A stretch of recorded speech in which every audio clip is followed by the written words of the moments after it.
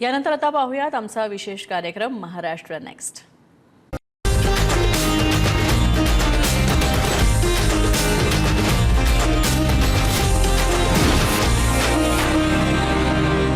नमस्कार, मी स्नेहा। आपण पाहताय पुढारी न्यूज। आमच्या महाराष्ट्र नेक्स्ट या कार्यक्रमामध्ये आपलं स्वागत। या कार्यक्रमामध्ये आपण राज्यभरातल्या या आठवड्यातल्या महत्त्वाच्या घडामोडींचा आढावा घेणार आहोत। सुरुवात करूया।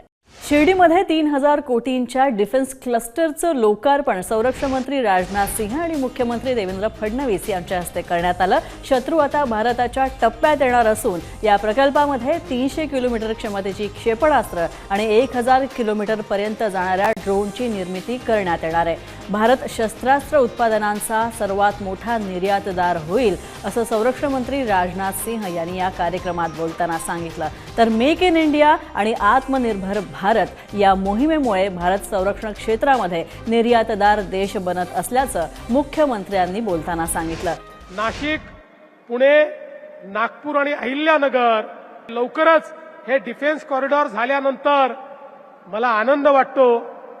आजही देशाच्या डिफेन्स मॅन्युफॅक्चरिंग मध्ये महाराष्ट्र नंबर 1 आहे आणि आता तो इतका पुढे जाणार आहे की महाराष्ट्राला कोणी थांबवू शकणार नाही, हा मला या ठिकाणी विश्वास आहे।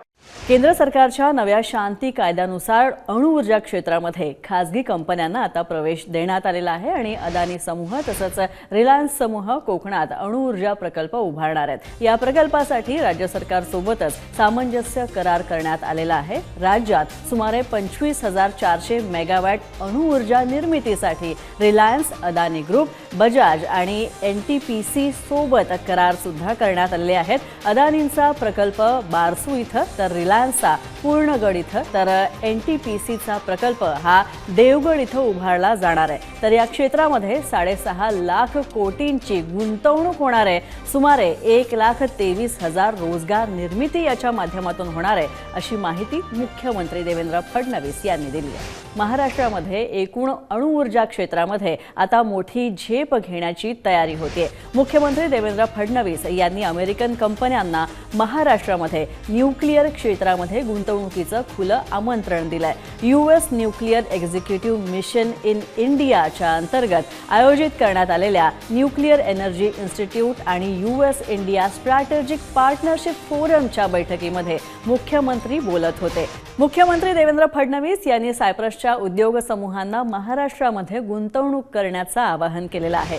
सायप्रस प्रजासत्ताकचे राष्ट्राध्यक्ष निकोस क्रिस्टोडॉलिडेस यांच्या उपस्थितीमध्ये मुंबई इथं आयोजित करण्यात आलेला सायप्रस भारत बिझनेस फोरममध्ये ते बोलत होते। शेतकऱ्यांना पीक कर्जासाठी सिबिलची अट आता राहणार नाही आणि सर्व बँकांच्या मुख्यालयांनी या संदर्भात शाखांना स्पष्ट निर्देश द्यावेत असे आदेश मुख्यमंत्री देवेंद्र फडणवीस यांनी दिले आहेत। तर सरकार 30 जून पूर्वी कर्जमाफी करणार असल्याचा पुनरुच्चार मुख्यमंत्री देवेंद्र फडणवीस यांनी केला आणि तसंच जूनमध्ये कर्जमाफी झाल्यानंतर यादीतील शेतकरी थकबाकीदार न राहता पुढच्या वर्षाच्या पीक कर्जासाठी पात्र राहतील असं मुख्यमंत्र्यांनी म्हटलंय। सिबिल करता कुठल्याही शेतकऱ्याची अडवणूक करायची नाही या संदर्भात आज आदेश आपण काढलेले आहेत। यासोबत या सगळ्या बँकांची कर्जमाफीच्या संदर्भात देखील आम्ही चर्चा केलेली आहे।